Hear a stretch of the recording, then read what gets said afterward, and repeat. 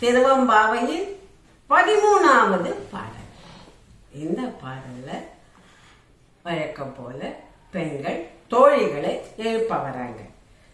அப்ப ஒரு அதிகாலை காட்சி. அதிகாலைன்னா ரொம்ப ஏர்லி மார்னிங், காலங்காத்தால எப்படி இருக்கும் நேச்சர் அப்படிங்கிற ஒரு காட்சியை இவங்க இந்த பாட்டுல சொல்றாங்க. அவங்க நீராட போகக்கூடிய அந்த குளத்துல குவளை மலர்கள் அல்லி மலர் மாதிரி ஒரு மலர். அது வெள்ளை நிறத்துல இருக்கும், சிவப்பு நிறத்துல இருக்கும், நீல நிறத்துல இருக்கும். இப்போ இது கருங்குவளை மலர், கருமையான நிறம், அதாவது ப்ளூயிஷா இருக்கும். கருப்புன்னா நீங்க கருப்பு நினைச்சுக்க வேண்டாம்.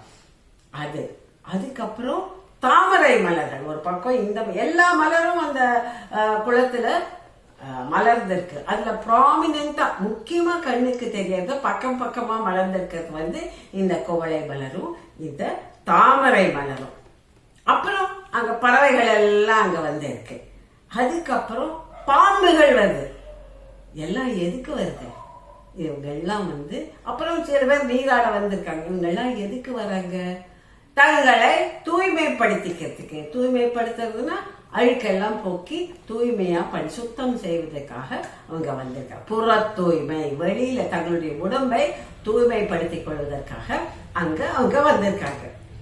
இந்த குவளை மலரும் தாமரை மலரும் பக்கத்துல இருக்கிறத பார்த்தா எப்படி இருக்கு தெரியுமா? பார்வதி தேவியும் சிவபெருமானையும் பக்கத்துல நின்றுட்டு இருக்கிற மாதிரி எங்களுக்கு தோணுது அப்படின்னு சொல்றாங்க. ரொம்ப அழகா இருக்கு இந்த காட்சி. அந்த குவளை மலரும் அந்த தாமரை மலரும் பக்கத்துல இருக்கிறத பார்த்தா சிவபெருமானும் பிராட்டியும் பிராட்டினா பார்வதி தேவியும் பக்கத்துல இருக்கிற மாதிரி இருக்கு. இந்த அருமையான நேரத்துல நம்ம தண்ணீரை குடைந்து விளையாடலாம். நம்ம கையில் இருக்கிற வளையல் எல்லாம் கலகலக்க குடைந்து கையால் இப்படி பண்ணும்போது அவங்க போட்டிருக்கிற வளையல் எல்லாம் கலகலன்னு சத்தம் போடும். அப்படி பண்ணலாம். அழகான தாமரை மலர்கள் மலர்ந்திருக்கிற இந்த குளத்துல நன்றாக குளித்து இறைவனை பிரார்த்திக்க வருவோமா? வா, நீ தூங்காதே, சீக்கிரம் எழுந்து வா அப்படின்னு தங்களுடைய தோழிகள் கிட்ட இவங்க சொல்றாங்க. அதுதான் இந்த பாடலோட பொருள். இப்போ பக்தர்கள்ல நிறைய வகை இருக்காங்க. அறிவான பக்தர்கள் இருக்காங்க. இன்னசென்ட் பீப்புள், எதுவுமே தெரியாம வெகுளியா வெள்ளந்தியா இருக்கக்கூடிய பக்தர்களும் இருக்காங்க. எல்லாருக்கும் பக்திங்கிறது கடவுள் மேல ரொம்ப ஸ்ட்ராங்கா இருக்கு. அப்படி ஒருத்தருக்கு பயங்கரமான பக்தி. அந்த பக்தியில அவர் ஒரு காரியம் பண்றார் பாருங்க. பார்த்தா நமக்கே ஆச்சரியமா இருக்கும். இப்படிலாம் கூட பண்ணுவாங்களா அப்படின்னு யோசிக்க தோணும். அதுதான் இப்ப நான் சொல்ல போற கதை. உடுப்பூருங்கிற ஒரு சின்ன ஊர்ல நாகன் ஒரு வேடன் இருந்தார். அந்த வேடன் இந்த வேடர்களுக்கே தலைவன். அவனுக்கு ஒரு குழந்தை பிறக்கிறது. அந்த குழந்தை பயங்கர தின்னு இருக்கு, ஸ்ட்ராங்கா இருக்கிறதுனால திண்ணன்னு பேர் வைக்கிறார். இந்த திண்ணன் வளர்ந்து வரார். அந்த வேடர்களுக்கு என்னெல்லாம் கத்துக்கணுமோ, வில், வாள், வேல் எல்லாத்திலையும் இவன் எக்ஸ்பர்ட் ஆயிடும். ரொம்ப நல்ல தேர்ச்சி பெற்று நல்ல வில்லாடனா இருக்கும். இப்ப எப்பவுமே இவனும் இவன் ஃப்ரெண்ட்ஸும் சேர்ந்து ஒரு பன்றி வேட்டைக்கு போறாங்க. பன்றிக்காக விரிச்சு வச்ச வலையில மாட்டாம ஒரு பன்றி மட்டும் தப்பிச்சு ஓடுது.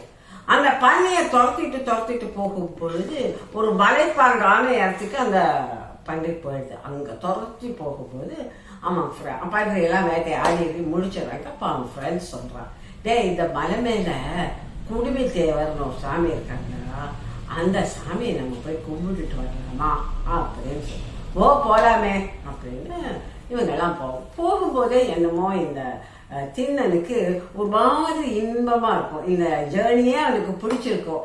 அவன் அங்க போய் பார்த்தா இந்த குடுமி தேவரார், அவர் சிவலிங்கம்.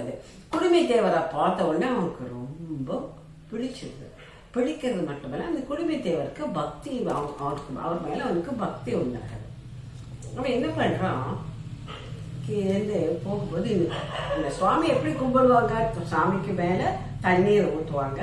அப்புறம் மலர்களால பூக்களால அர்ச்சனை பண்ணுவாங்க, அப்புறம் நைவேத்தியம் வைப்பாங்க இல்லையா. இவன் வந்து இது வரைக்கும் இந்த மாதிரி எல்லாம் எப்படி செய்யணும் ஏது செய்யணும்னு எல்லாம் அவனுக்கு தெரியாது. ஆனா அவனுக்கு செய்யணும்ங்கிற ஆசை. என்ன பண்றான், கீழே ஏறி வரும்பொழுது பூக்களை எல்லாம் பறிச்சு கொண்டையில் சுடிட்டோம். கொண்டையில் அவன் அந்த காலத்துல தலைமுடி வச்சிருப்பாங்க, அதுல சேர்த்து வச்சுக்கிறான். அதுக்கப்புறம் தண்ணி எடுத்து வாயில ஊற்றி வாய் ரொம்ப தண்ணி வச்சுக்கிறான். ஃப்ரெண்ட்ஸ் வந்து இந்த மாமிசம் இருக்கு இல்லையா, அதை வந்து தீயில போட்டு வேக வச்சிருப்பாங்க. அந்த மாமிசத்தை கையில வச்சுக்கிறான். அப்படி வச்சு ஏறி வந்து இவன் என்ன பண்றான், அந்த சிவலிங்கத்து மேல தான் வந்து அந்த லிங்கத்தை குளிப்பாடுறான் நினைச்சு வாயில வச்சிருக்கிற தண்ணிய அந்த லிங்கத்து மேல உமிழலாம். இப்படி பண்றது தப்புன்னு அவனுக்கு தெரியாது. அவனுடைய எண்ணம் தான் குளிப்பாடுற வாய் தண்ணியை அங்கே ஆத்துல இருந்து எடுத்து வாயில வச்சுட்டு, ஓகேவா, ஃபர்ஸ்ட் ஸ்டெப். செகண்ட், தான் பறிச்சுட்டு அந்த பூவெல்லாம் கொண்டையில வச்சிருக்காங்க, அந்த பூவெல்லாம் எடுத்து சாமிக்கு வைக்கிறான். அப்புறம் இந்த மாமிசத்தை சுட்டு வச்சிருந்தாலே அந்த மாமிசத்தை இறைவனுக்கு படைக்கிறான். அவன் ரொம்ப சந்தோஷமா அந்த இதை சுத்தி சுத்தி சுத்தி சுத்தி ஆடி ஆடி இது பண்றான். அப்புறம் ராத்திரி பூரா காவல் காக்குறான், யாராவது இவருக்கு ஏதாவது கஷ்டம் கொடுத்துட்டா என்ன பண்றதுன்னு. அடுத்த நாள் காலையில அவன் ஃப்ரெண்ட்ஸ் எல்லாம் போயிடுறாங்க. அடுத்த நாள் காலையில என்ன ஆகுது, சரி சாமிக்கு ஏதாவது சாப்பிடறதுக்கு எடுத்துட்டு வரணுமே, நம்ம கீழே போனோம். அப்போ எப்பவே தினப்படி ஒரு சிவகோசரியார் என்ன பண்ணுவார், இந்த சிவலிங்கத்துக்கு கோவில்ல எப்படி எல்லாம் பண்ணணுமோ அந்த ரூல்ஸ் படி அவர் வந்து பூஜை பண்ணுறார். முதல்ல அழகா சுவாமியை தொலைச்சி அவருக்கு குடத்துல தண்ணி கொண்டு வந்து தண்ணீரால் அபிஷேகம் பண்ணி நல்ல பூக்களால் அர்ச்சனை பண்ணி நைவேத்தியம் பண்ணி எல்லாம் பண்ணுவார். அவர் வந்து பார்த்தா சாமி மேல ஒரே மாமிசமா இருக்கும். அவனுக்கு ரொம்ப வருத்தமா இருக்கு. நான் எவ்வளவு சுத்தமா என்னோட சாமியை வச்சு நமஸ்காரம், யார் இப்படி கொண்டு வந்து இறைச்சி எல்லாம் போட்டிருக்காருட்டு வருத்தப்பட்டுட்டே பாவம் அந்த எல்லாத்தையும் கழுவி திருப்பி அவருடைய பானையிலேயே அர்ச்சனை பண்ணுவார். அர்ச்சனை பண்ணிட்டு போயிடுவார். அடுத்த நாள் காலையில் வந்து பார்த்தா இதே மாதிரி மாமிசம். எப்படிதான் இந்த மாதிரி இருக்கு, யாரு இந்த மாதிரி என்னுடைய கடவுளுக்கு பண்றாருன்னு ரொம்ப வருத்தப்படுவார். திருப்பி எல்லாத்தையும் கிளீன் பண்ணிட்டு போவார். அடுத்த நாள் இப்படி வந்தா திருப்பியும் இந்த மாதிரி இருக்குது. அவர் வந்து கடவுளை ரொம்ப என்ன தெய்வமே, நான் உங்களை வந்து இவ்வளோ சுத்தமா வச்சுட்டு போறேன், யாரோ வந்து இந்த மாதிரி பண்ணிட்டு போறாங்களே, உங்க மேல மாமிசத்தை எல்லாம் போட்டுட்டு போறாங்களே அப்படிங்க. அப்படியா? அப்ப கடவுள் வந்து அவனுடைய கனவுல வரும், நீ நாளைக்கு மறைஞ்சிருந்து அங்க என்ன நடக்கிறதுன்னு மட்டும் பாரு. அவன் மாமிசத்தை போடுறான்னு சொல்லாதே, அவன் என் மேல வச்சிருக்கிற அன்பு எப்படிப்பட்டது அப்படின்னு உனக்கு நாளைக்கு தெரியும் அப்படின்னு சொல்றான். அடுத்த நாள் அந்த சிவகோசரியார் வந்து மறைஞ்சு நிற்கிறார். இந்த திண்ணன் வரான். திண்ணன் வந்து வழக்கம் போல வாயில தண்ணி எடுத்துட்டு வருவாங்க இல்லையா, அதை எடுத்து லிங்கத்து மேல உமிழ்வான். அப்புறம் கொண்டையில இருக்கிற பூவெல்லாம் எடுத்து சாமிக்கு போடுவான். அந்த இறைச்சி எடுத்து சாமிக்கு நைவேத்தியம் பண்ணுவான். அப்படி நைவேத்தியம் பண்ண வந்துட்டு இருக்கும்போது திடீர்னு சாமியோட ஒரு கண்ணுலேருந்து ரத்தம் வரும். என்ன, சாமியோட கண்ணுல ரத்தம் வருது, ஐயோ சாமிக்கு என்ன ஆச்சுட்டு எங்கேயோ போய் பச்சளையெல்லாம் எடுத்துட்டு வந்து அரைச்சு சாமியோட கண்ணுக்கு போடுவான். இந்த காலத்து குழந்தைங்களா நீங்க எல்லாம் அப்படி பார்த்தா அது எல்லாம் என்ன எப்படி இப்படி வரும் அப்படி எல்லாம் நினைப்பீங்க இல்லையா. அவன் வந்து அது கடவுளுக்கு என்னமோ ஆயிடுத்துன்னு அவன் நினைக்கிறான். அவ்வளவு பக்தி. பச்சளை எல்லாம் எடுத்து அந்த கண்ணுக்கு தடவான். கண்ணுக்கு தடவிதான் அது நிற்கவே இல்லை. அப்புறம் அவனுக்கு தோன்றது, ஐயோ சாமிக்கு கண்ணு போயிருக்கு, அதனால என்ன நம்ம கண்ணை சாமிக்கு வச்சிடலாம் அப்படின்னு சொல்லி தன்னோட வேலை எடுத்து இந்த கண்ணை அப்படியே தோண்டி சாமிக்கு வச்சிடும். சாமியோட கண்ணுக்கிட்ட அப்படியே பதிச்சு வச்சிருவான். எப்படி தோண்ட முடியும்? அவன் தோன்றான். வலிக்காதா? வலிக்குது. சுவாமிக்கு பண்றங்கிறதுனால இதெல்லாம் ஒண்ணுமே அவனுக்கு தெரியல. சரி, இந்த பக்கம் வந்து கண்ணை வச்சுட்டான் இல்லையா, இந்த பக்கம் ரத்தம் வடிய ஆரம்பிச்சுடுது. அச்சோ, இந்த கண்ணில ரத்தம் சரியா போச்சுன்னு நம்ம கண்ணு வச்ச உடனே ரத்தம் நின்றுடுச்சு. இந்த கண்ணில் வரல, இந்த கண்ணை எடுத்து வச்சுட்டா அப்ப சாமிக்கு எல்லாம் சரியாயிடும் இல்லையா அப்படின்னு.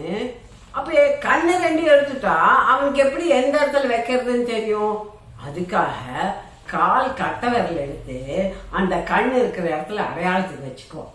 அதுக்கப்புறம் வேல் எடுத்து தன்னோட கண்ணை குத்த போகும்போது சிவபெருமான் வந்து நில் கண்ணப்பா, நில் கண்ணப்பா, நில் கண்ணப்பான்னு 3 வாட்டி சொல்லுவார். கண்ணப்ப நிறுத்தி அவரை தடுப்பார். நான் உன்னை சோதிக்கதாப்பா அப்படி பண்ணினேன். அந்த சிவாச்சாரியார் இருக்கார் இல்லையா, சிவகோசரியார், அவருக்கு ஆச்சரியமா இருக்கு இப்படியெல்லாம் பண்றாங்க. அவர் வந்து உன்னுடைய அன்பை நான் ரொம்ப மெச்சுறேன், நான் ரொம்ப பாராட்டுறேன், இப்படி ஒரு அன்பு என் மேலேயா உனக்கு அப்படின்னு அவருக்கு போன கண்ணெல்லாம் திரும்ப வந்துடுறது. கண்ணை சிவபெருமானுக்கு கொடுத்ததுனால அவருக்கு கண்ணப்பர் அப்படின்னு பேர்.